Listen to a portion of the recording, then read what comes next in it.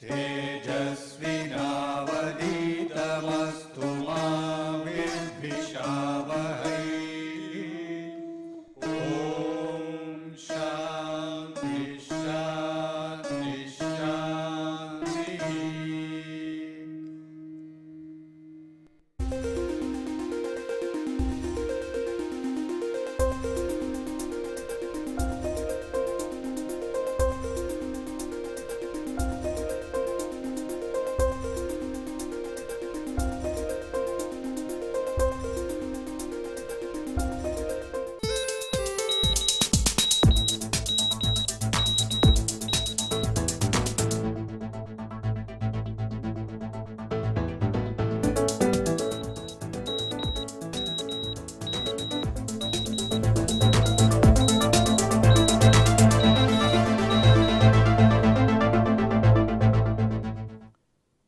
Hello everybody. So in our series of lectures on basic electronics, learning by actually doing the experiments, we will move on to the next lecture. Before we do that, let us look at what we did in the previous lecture. You might recall we discussed about the hybrid equivalent model of a transistor, and then we also defined all the H parameters as they are called.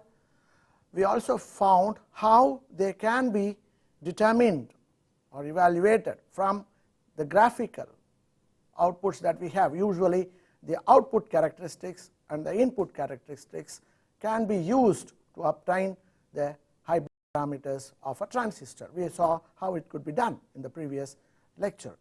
We also took up a common emitter amplifier, which is the most popular amplifiers, voltage amplifier, and then we saw how the hybrid equivalent model can be used to obtain the different parameters like the input impedance, the output impedance, the voltage gain, the current gain, etc.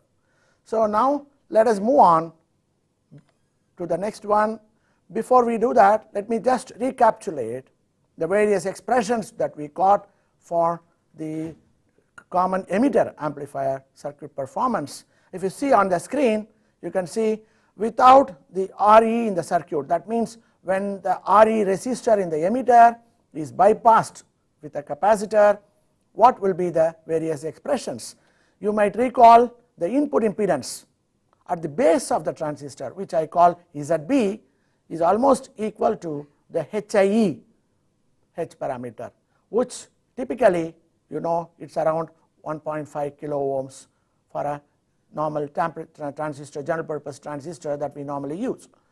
The circuit input impedance, which is including the various other resistors that we have connected in the common emitter amplifier, the ZI, which is very important for us in the amplifier, is RB parallel ZB. RB is actually the base effective resistance, which is actually the parallel values of R1 and R2 in the voltage divider by a circuit.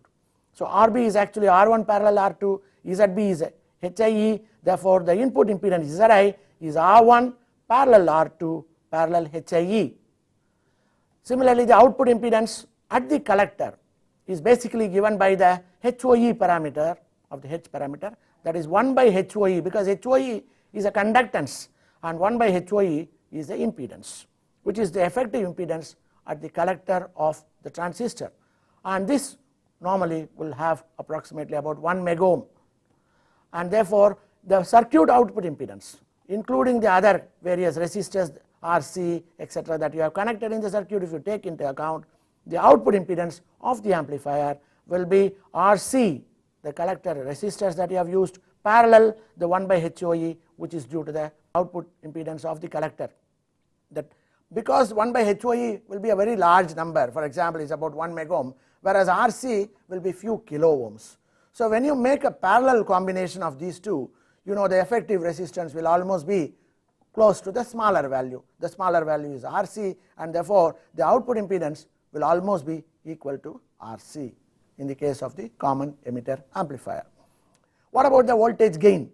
The circuit voltage gain, you may recall AV that I show here is HFE times RC by HIE, where HIE is the input impedance. You know, this is also represented by small re, beta times small re, where re is the 26 millivolts by IE that we have discussed in an earlier lecture. Therefore, this RC and the small re are the two parameters which actually determine the voltage gain in the case of a common emitter amplifier.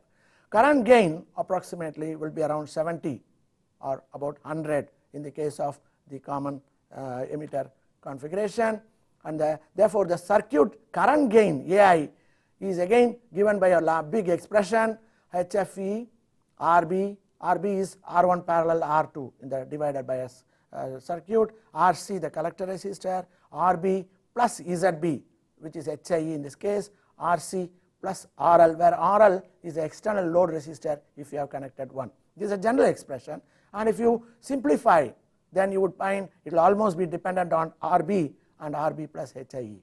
So this HFE into RB by RB plus HIE, it will give the current gain of the common emitter transistor amplifier. The power gain, as you all know, is nothing but product of the voltage gain and the current gain. AV into AI gives you AP, the power gain. So once you evaluate the AV and AI using the expressions that we have already discussed, the power gain can be obtained by the product of these two numbers. Okay, what happens when I don't have the bypass capacitor at the emitter? Then what will happen? The RE will also come into the circuit. So with the RE included in the circuit, what happens to the various parameters I have just written here? You can see the input impedance now, which will be combination of the small re and the capital Re. Because the small re is a very small value, few ohms, the input impedance at the transistor will almost be decided by the capital Re. And you can see there is a product term coming here, which is HFE, which is actually the beta that we always know of, and that will be very large number, about 100, and therefore you find the input impedance is multiplied, the input impedance obtained by multiplying the Re, the emitter resistor, by HFE parameter of the transistor. Therefore this input impedance is going to be very large. The Re, which is on the emitter side, is transformed into a very large resistance given by HFE into Re at the input impedance. Therefore the major contribution to the input impedance comes from the HFE into Re, and therefore this is the one which will decide what will be the input impedance. If you look at the circuit impedance, then it is RB, which is R1 parallel R2 in parallel with this HFE Re, which will be the effective resistance. And usually if R1 R2 are not so big, HFE into Re can be very large, then it is almost decided by HFE Re. Now if you look at voltage gain is minus RC parallel RL by Re. If you include RL, if you don't include RL, it will be minus RC by Re, where the Re is the emitter resistance, RC is the collector resistance. This will be the voltage gain when you include Re in the circuit without the bypass capacitor. Now having seen that, let us quickly go for a simulation.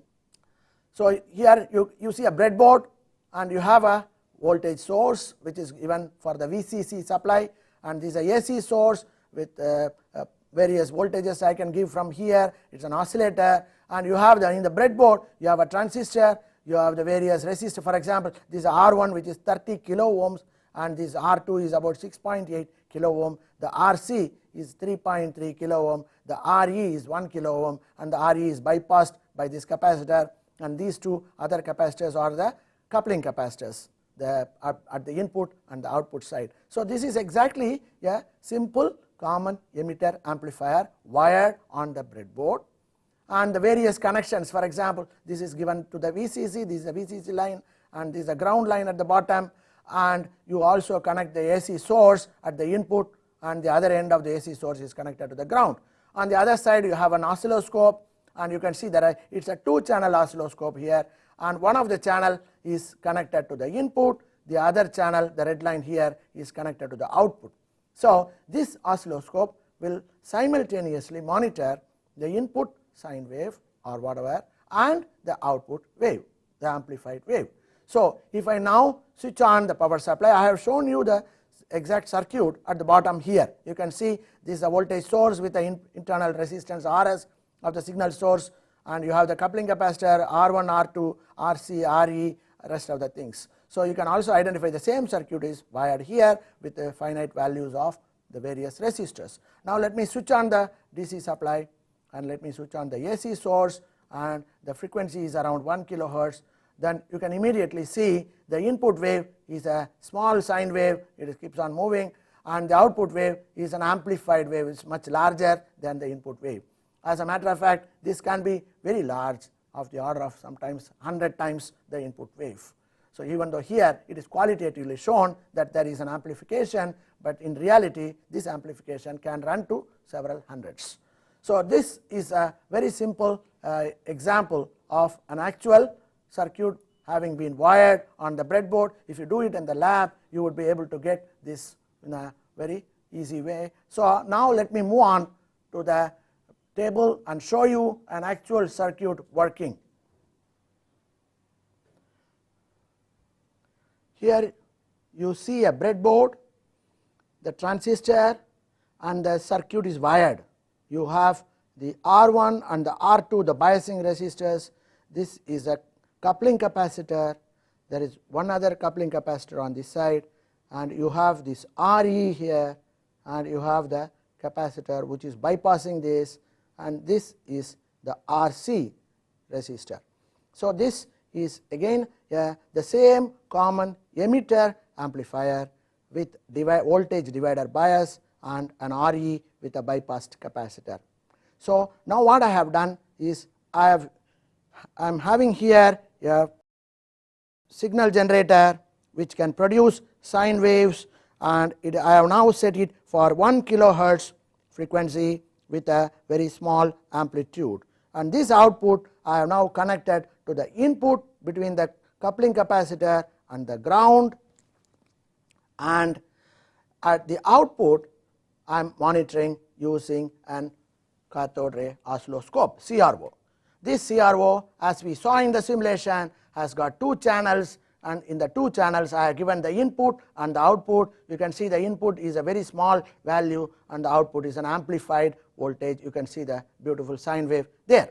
Now, how do I know that this is the output? Let me change the frequency at the function generator and correspondingly see what happens at the oscilloscope. You can see the oscilloscope signal is also changing corresponding to this. Similarly, if I now change the input voltage, you can see the output is also changing. That means the amplifier is working very well, and you see if you actually come closer and look at the amplification, this is the output and this is the input, and the input is almost in the order of millivolts and the output is in the scale corresponding to 2 volts per division. So, this is 2 volts per division, approximately it comes about 2 divisions, that means 4 volts peak to peak is what you are getting. Here it will be around 20 or so millivolts. Therefore, there is a gain of nearly about 100 and odd, 125 or so if you actually calculate. So, this is a very simple common emitter amplifier, and now the voltage gain is obtained by the oscilloscope by measuring what is the actual peak to peak voltage here and the peak to peak voltage here, and if you divide one by the other, the output divided by the input, you will get the gain factor. But apart from that, we also evaluated the input impedance and the output impedance of this amplifier. So, how do we do that? If I want to measure the input impedance and the output impedance, how do I measure? So, now let me tell you how we measure. I will perhaps show it to you on the screen, and then I will come back here and show you how to measure the input impedance and the output impedance. Now, if I have shown on the screen the same common emitter amplifier connected to a signal source, and the output is measured using a digital voltmeter, the V output. So, this is the same, that the square box encloses the amplifier circuit. Now, what I do is I have deliberately introduced a resistor R, variable resistor R here in series with the signal source, and initially I keep the resistance 0. So, what will be the output voltage? I call that V01, VO1 is equal to A times, where A is the gain, times the V in, the V input, which is actually in this case Vs, because this resistance is 0, the voltage of the signal source is applied at the input, and therefore V output 1, VO1 is equal to A times V in, when R is equal to 0, where this R is the external potentiometer that I have connected, variable resistor that I have connected in series with the signal source. I hope you understand this. Now, what I do, after I measure this VO1 without the resistor, that means having the resistor value 0, now I slowly increase the resistor and keep observing what happens to VO. When the VO2, the measurement that I do now, I call it VO2, and the VO2, when it becomes VO1 by 2, that means when it becomes half of the value that I measured previously, I stop the variation of the resistor, I keep the resistance at this stage, and then if I now remove the resistor from the circuit and measure its value, I can say the value of the resistor is equal to the input resistance of the amplifier. The principle you can immediately imagine is very simple. I have already explained in one of my earlier lectures that you can see, if I have a voltage source and if this input impedance is what I have from the amplifier, this is the Thevenin's equivalent resistance for the amplifier, and this is the external resistance I have connected. Therefore, these two resistors come in series with the voltage source. So, if the output voltage is halved divided by 2, that obviously means the input voltage also has been divided by 2, because amplifier is a linear device and the output is related to input by a simple constant factor A, and therefore, when the output is divided by 2, the input, which is connected exactly at the input terminals of the amplifier, should have also been divided by 2. That can happen in a potential divider only when the two resistors that I have connected are equal in magnitude.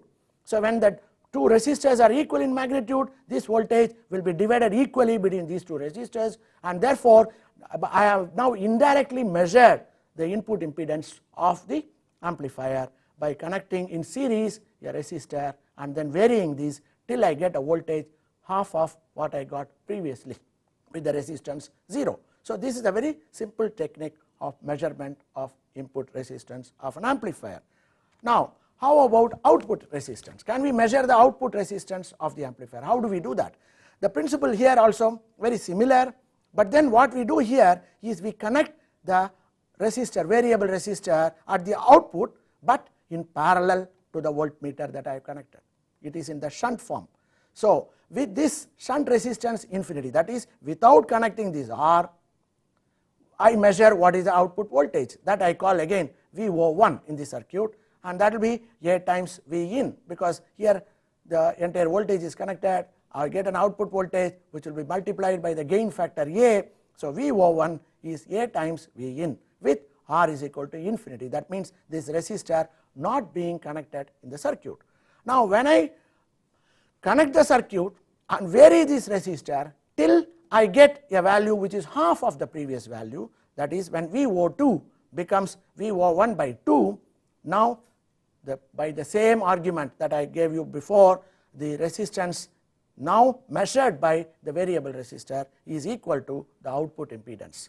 How do we understand that? You can see the output side of the amplifier can be equivalently represented by a voltage source which is A times V in, where A is the gain, plus an output resistance in series added to that, and therefore, when I connect my R external resistor, this R0 and R come in series, and when the VO is divided by 2, that means half the value has been dropped across the internal resistance R0, and the rest of the voltage is dropped across the external resistance R that I have connected, and they are equal, and therefore, they also equally divide the voltage. That is why the output voltage becomes half, and that this shows you that if I now measure, disconnect this resistor from the circuit, we should not measure the resistance while the resistance is in the circuit, because you know the circuit is a complicated combination network of resistors, and when I measure I may have some other parallel resistors coming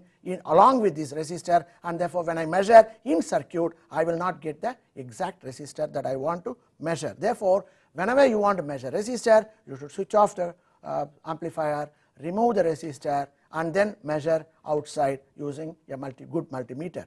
So when you measure the using the multimeter outside, then whatever resistance this shows will be the resistance of the output or the output impedance of the amplifier. So these are the two methods by which the input impedance and the output impedance of an amplifier can be measured. Now I will quickly show you in the amplifier that we already saw. I can connect one of the series resistors and vary it till the amplitude becomes half, and then we will measure the output impedance using a multimeter. Here we come back again to the same circuit. Now you can see I have connected a variable resistor with a potentiometer. One end is not connected in the circuit, the other two ends, the center one and the one other corner, are connected in series with the input, which is the input from the function generator here, sine wave oscillator. So I have connected in series as I have shown you in the picture before, and now I have kept this in the minimum position, the resistance in the minimum position, and now you can see what you observe on the oscilloscope. You see the input signal and you have the amplified signal. Now what I am going to do is I am going to vary this potentiometer slightly till I get the signal reduced to half the previous value. You should concentrate on the bottom sine wave, which is the actual output waveform. So when it becomes half, I will stop and then I will disconnect the resistor and I will measure the value of the resistor using the multimeter. Now I am going to vary the potentiometer. You must observe the sine wave that you get in the oscilloscope at the bottom, which is actually the output. Right now I have got 0 resistance in the potentiometer. Now I slowly increase the resistor and you see what happens.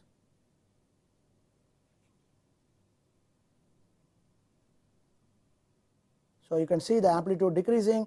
It is around 1.5 divisions, half of the previous value.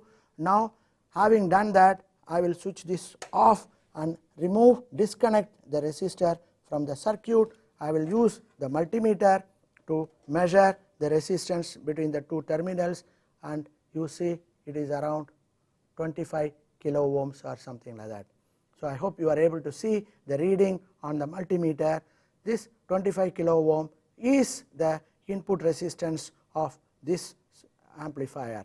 So this gives you a method by which you can measure the input impedance of a amplifier. In a similar fashion, I can connect this at the output in parallel, and I can try to do the simple half deflection method. That is, when the output voltage becomes half, whatever is the resistance I should disconnect and measure. So it is a very similar thing, therefore I am not showing, but you can measure the output impedance also in a very similar way. Having seen how the live demonstration of a common emitter amplifier, the gain, and also how the input and the output impedances can be measured, now let us take an example in the form of a small problem and try to analyze it using the H parameter and the various expressions that we obtained for the gain, the input impedance, the output impedance, etc. Now if you come onto the screen, you can see there is a common emitter amplifier with the signal source connected and the load resistor RL connected. The important point, I don't know whether you observed on the oscilloscope, the input signal and the output signal were 180 degrees out of phase. So when the input signal is increasing, the output signal was decreasing, and when the input signal is decreasing, the output signal was increasing, which shows that there is a 180 degree phase difference between the input and the output in the case of a common emitter amplifier. I am sure some of you would have observed in the oscilloscope when I showed it actually on the demonstration. Now the problem here that I have is, in the common emitter circuit, the device parameters are given. HIE is 2.1 kilo ohms, HFE is 75, HOE is 1 microsiemens. Then if RL is equal to 8.2 kilo ohms, calculate the input and output impedances and the voltage, current and power gain. Exactly the same way as we did in a general case, we have to now given the numbers, numerical values for the various parameters, and we should calculate what are the various things. Now what is ZB? ZB is a impedance at the base of the transistor, and that we know is almost equal to HIE, and therefore the value of HIE is given as 2.1 kilo ohm in the problem. Therefore ZB is 2.1 kilo ohm. Then what is a circuit impedance? The circuit impedance is ZI, which is equal to the parallel combination of the input impedance due to the transistor plus the parallel value of R1 and R2, which are the two resistors used in the voltage divider bias. The ZI therefore equal to 2.1 kilo ohm, parallel R1 is 68 kilo ohm, R2 is 56 kilo ohm given in the problem, and therefore the effective resistance is going to be, see, compared to 68 and 56, 2.1 kilo ohm is a very small value, and therefore it comes very close to the smallest value in the three resistors, and it is 1.97 kilo ohm if you actually calculate the value. So what about the output impedance at the collector? The collector of the transistor, it is given by 1 by HOE, where HOE is the output conductance. 1 by HOE is about 1 mega ohm, corresponding to the value given in the problem, and therefore the circuit output impedance is nothing but ZO, ZC in parallel with RC. ZC is about 1 mega ohm in parallel with 3.9 kilo ohm, and therefore 3.9 kilo ohm is very small compared to 1 mega ohm, so the effective resistance will almost be very close to the smaller value, 3.9 kilo ohm. So the input impedance is about 2 kilo ohm, 1.97. The output impedance is around 3.9 or 4 kilo ohm approximately. Now what about the voltage gain? Voltage gain AV is minus. What is this minus corresponding to? This minus shows the phase difference between the input and output is 180 degrees. That is why you get the minus here.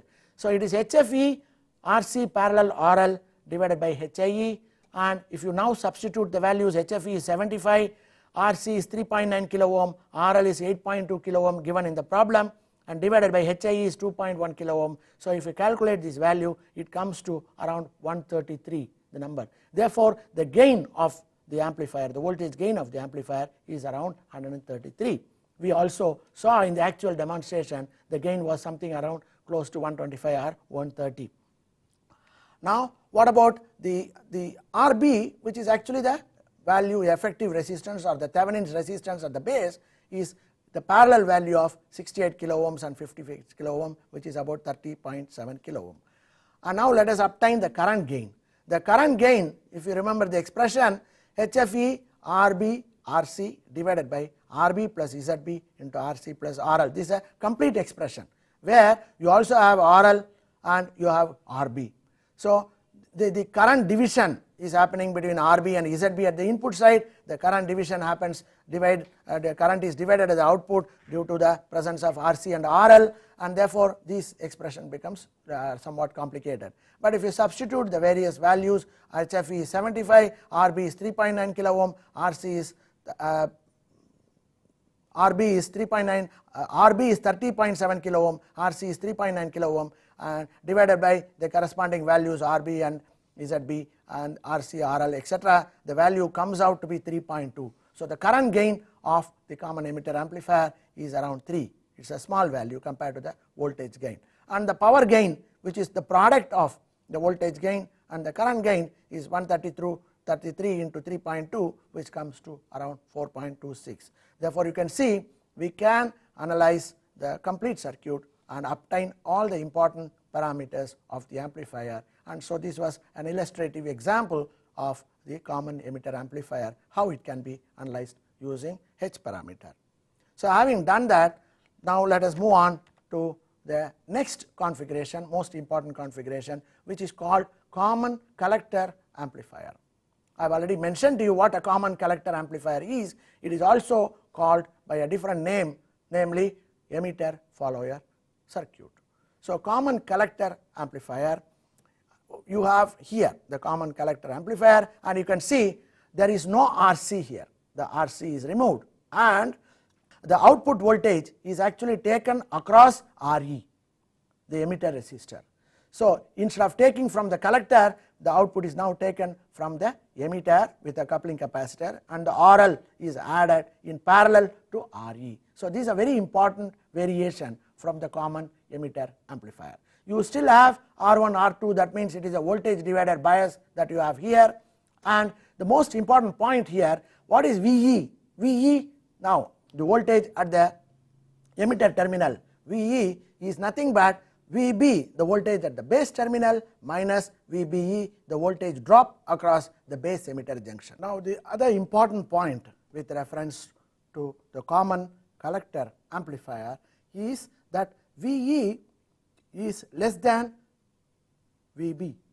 VB is basically the input voltage, VE is output voltage, and you can see VE is VB minus VBE, as I already mentioned to you, and therefore the output voltage is always going to be somewhat less than the input voltage because of the drop across the base emitter junction. Therefore you are not going to get an amplifier.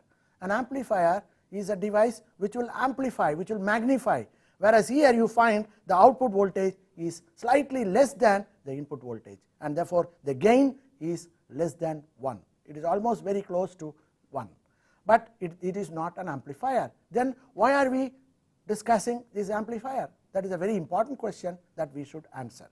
Now before we do that, you can also see when the VB increases, when the voltage at the base increases, the voltage at the emitter will also increase because of this relationship that you see here, and therefore that two voltages, the input voltage and the output voltage, they both will be in phase, unlike the case of common emitter amplifier where they were out of phase. We saw that. So when the input is increasing, as I shown on the right side, the output also is increasing, and you can see there is not much difference in the amplitude because their only difference is that VBE drop across the base emitter junction, and therefore there is no gain. The gain is almost equal to 1, and they are in phase. These two are the very important aspect of common collector circuit or emitter follower.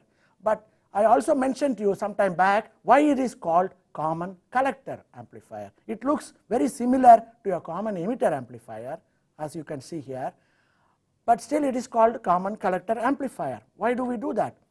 For that answer, you have to go to the AC equivalent model of the common collector amplifier. For the AC equivalent model, the VCC supply will have to be connected to ground. That means the DC is shorted. Once you short, then you find the collector point becomes the ground point, and the emitter point is the output point here. So you see the collector point is the ground point, and the base is the input point, the emitter is the output point. Therefore you see the collector is common as far as the AC signals are concerned, common to both input and output. Therefore it is called a common collector amplifier. And of course it is not an amplifier that we have seen. The gain is almost equal to 1, but it has got a very important application, and that is with reference to impedance matching. You know, when we discussed maximum power transfer theorem, we saw the maximum power will be transferred only when the load impedance is equal to the internal impedance of the source.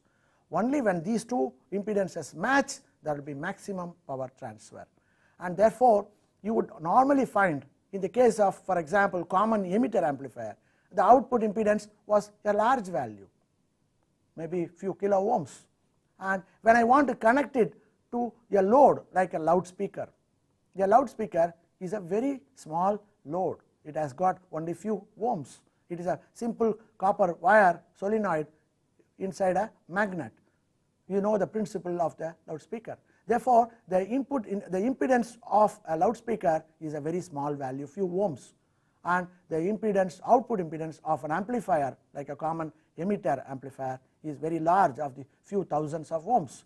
And therefore how do I transfer maximum power from the amplifier to the loudspeaker? If I connect the loudspeaker as such in place of the load, you would find nothing will come out, because the impedance of the loudspeaker is too small compared to the impedance of the amplifier. Therefore, I must have one other circuit which will be introduced between the output of the common emitter amplifier and the loudspeaker. That purpose of that circuit is to match the two impedances.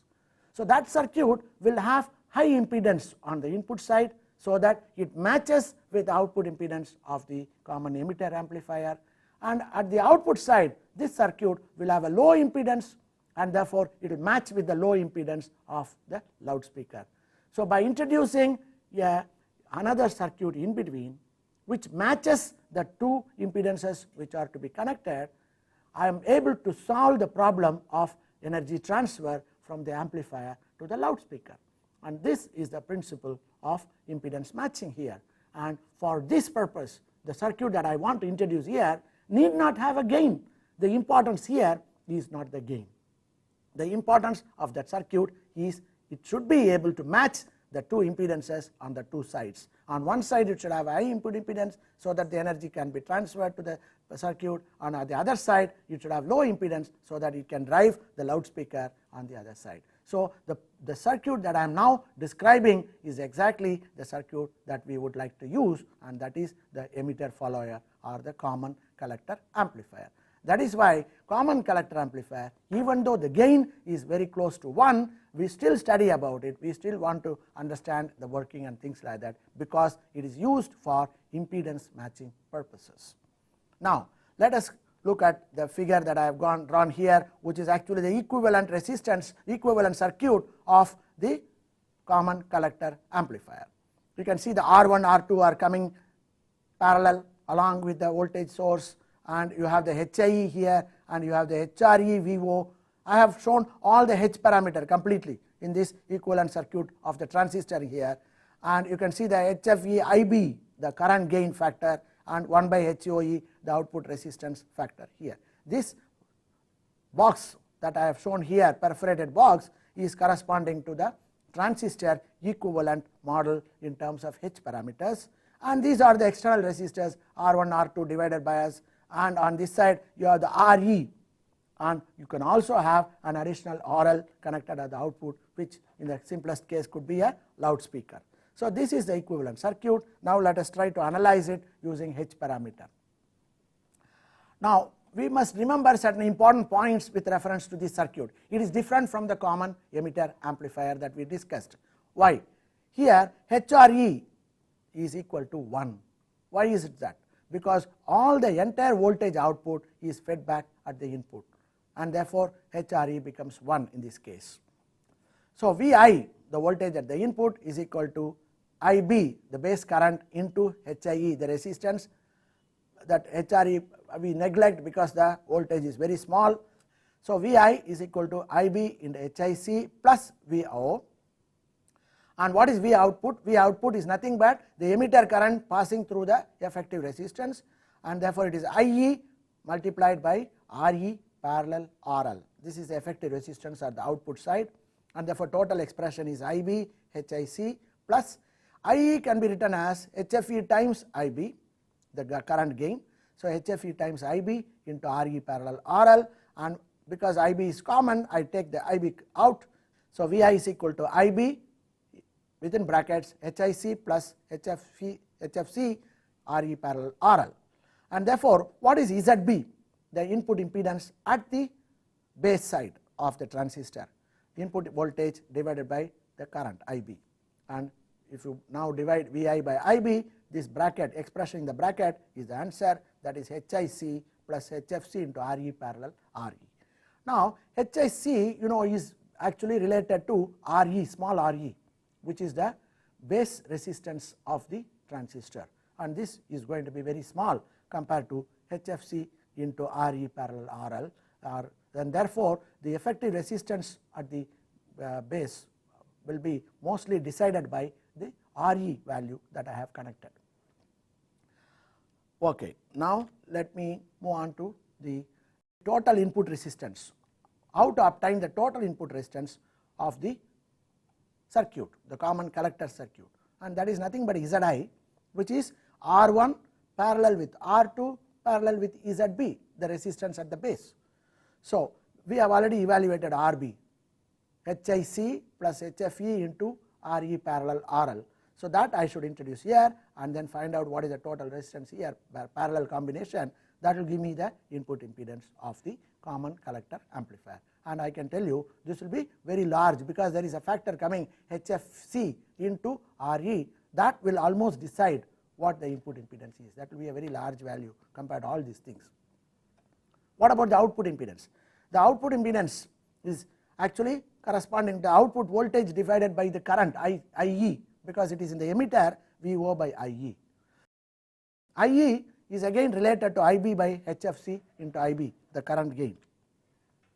So when I have Vs is equal to 0, that is if I do not connect any signal, I short the signal input, then IB is produced by the V output, and therefore IB is V output divided by HIC plus R1 plus R2 parallel RS, and the IE is HFE times IB, that we know, and therefore I multiply this expression by HFC times V0 divided by the whole expression, and therefore ZE, the resistance at the emitter, is VO by IE, and that is given by this large expression HIC plus R1 parallel R2 parallel RS divided by HFC, where RS is the resistance of the signal source.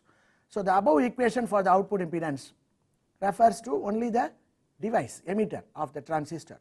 If I want the total output resistance of the common collector amplifier, then that Z out is equal to RE parallel ZE.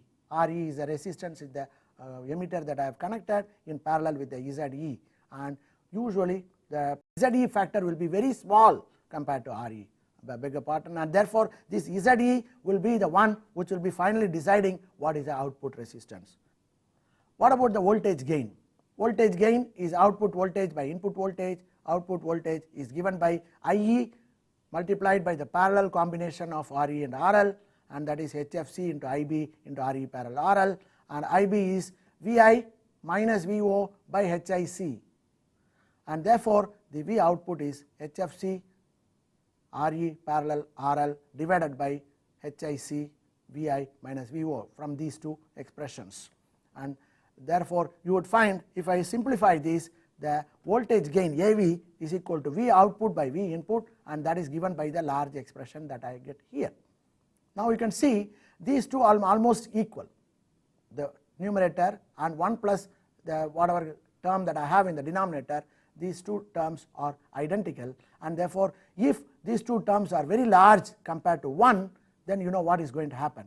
The gain is almost going to be 1, and that is what happens in the common collector amplifier. Therefore the voltage gain of the common collector amplifier is almost equal to 1, it is actually less than 1, slightly less than 1. It can never be equal to 1, you know that, because VE is VB minus VBE, that I already mentioned to you. Okay, what about the current gain? The current gain is given by IE by IB for the transistor that we know, and for the CC's current, the common collector circuit, it is HFC RB RE divided by RB parallel ZB RE parallel RL. This is obtained because of the current division at the input due to RB and ZB, and at the output due to RE and RL. So this we have got similar expression in the case of the common collector common emitter amplifier, and therefore if you substitute the values you will get, and the power gain of the common collector circuit is very similar to the common emitter circuit, which is nothing but voltage gain multiplied by the current gain. The current gain will almost be equal to HFC, and AV, the voltage gain, is almost equal to 1, and therefore power gain is almost equivalent to the HFC.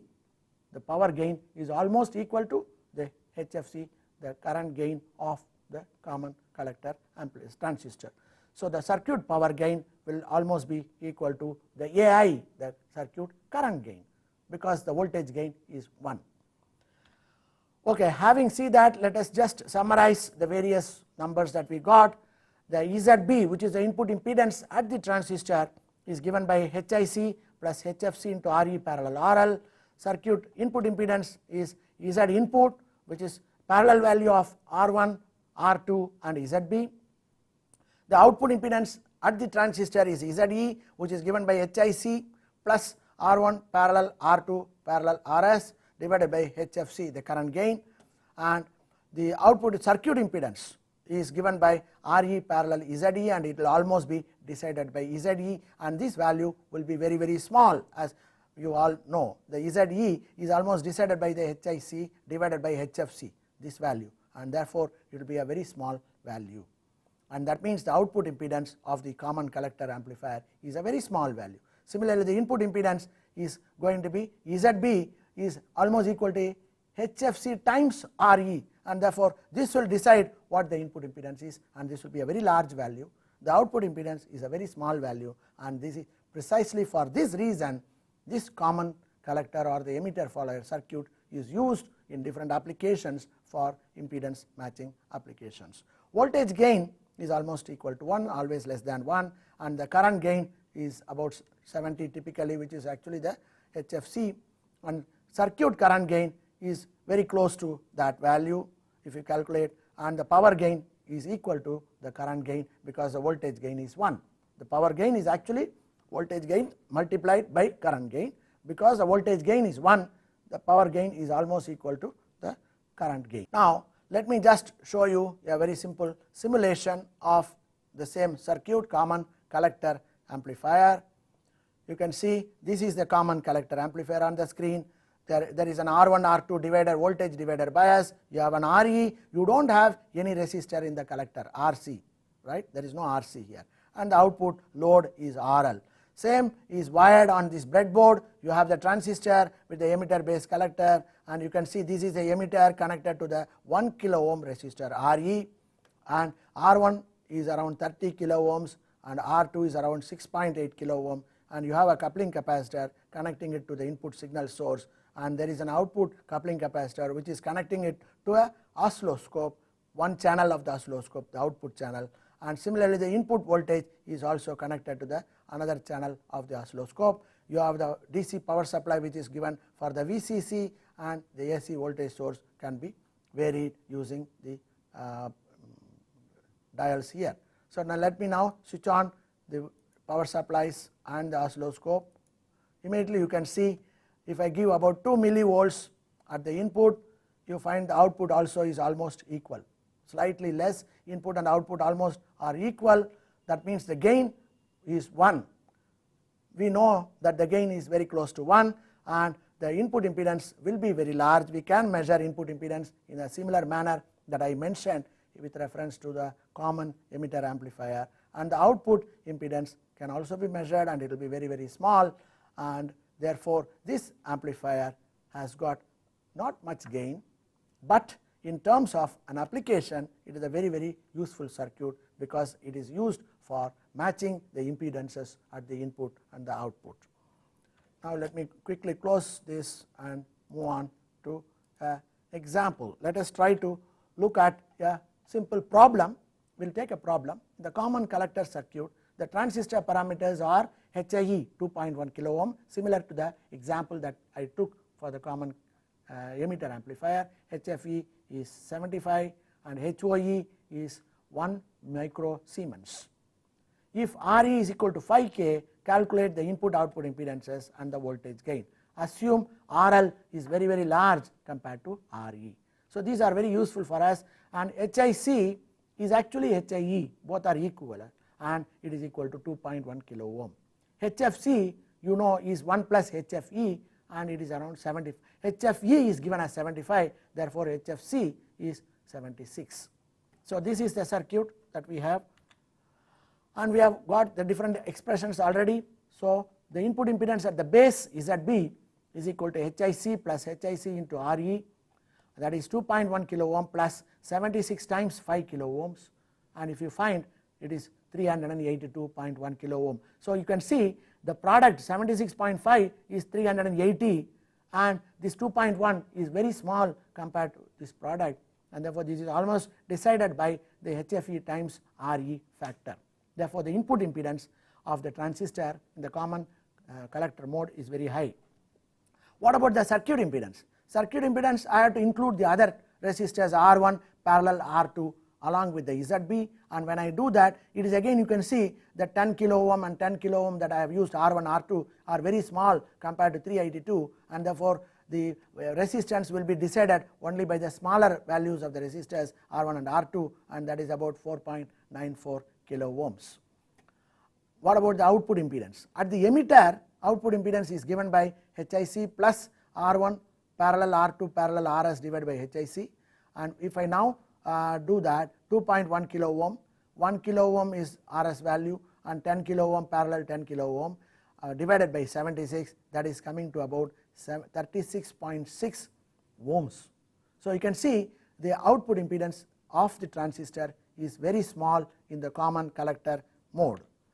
What about the circuit output impedance? Z0 circuit output impedance is RE parallel ZE, because ZE is very small, few ohms, RE is large, 5 kilo ohms, the effective resistance will almost be decided by ZE. Therefore, the output impedance, if you see, is around few ohms only, 38.3 ohms, not kilo ohms, just ohms. So output impedance very small, the input impedance is few kilo ohms, and the voltage gain is 1. So you can see very quickly we can get all the information about the common collector amplifier. So what today we have seen is a simple common emitter amplifier. We have discussed the H parameters in the previous lecture. So we took an example and worked out the various parameters like the input impedance, output impedance, and the current gain, all those voltage gain, all those things. And then we also saw an actual demonstration of the common emitter amplifier, and we saw there was a considerable gain, and there was also an inversion at the output between the input and the output, 180-degree phase difference. And then we also tried to measure the output impedance and the input impedance. Actually, I did a demonstration of the input impedance, how it can be measured by introducing another variable resistor in series with the signal source, and first initially keeping it 0 so that the output voltage is obtained, and then introducing this resistor till the output voltage becomes half of the previous value. When that happens, the input resistance should be equal to the series resistance that I have included in the circuit, and therefore the input impedance can be measured by this scheme. And then we also took up a new configuration corresponding to common collector amplifier, and the gain of the common collector amplifier was found to be almost equal to 1 or slightly less than 1.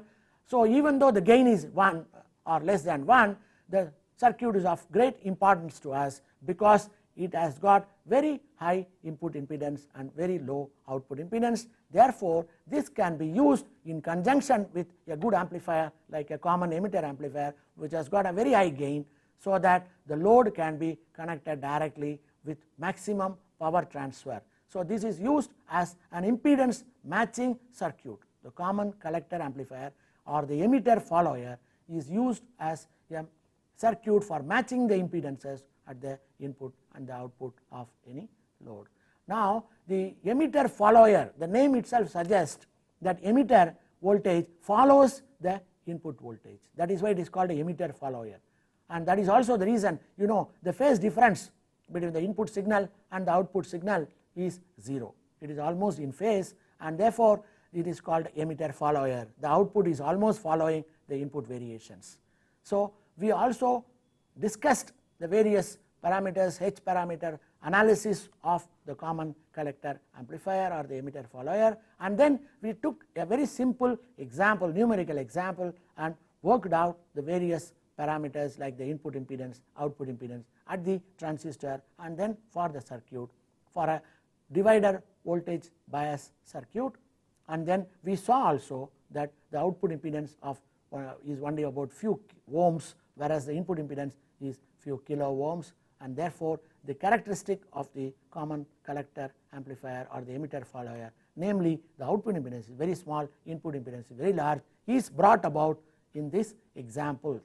That is why I have shown. In the next, perhaps we will move on to the frequency response of the amplifiers. We have always considered 1 kilo ohm as the operating 1 kilohertz as the operating frequency, which is called the mid band frequency.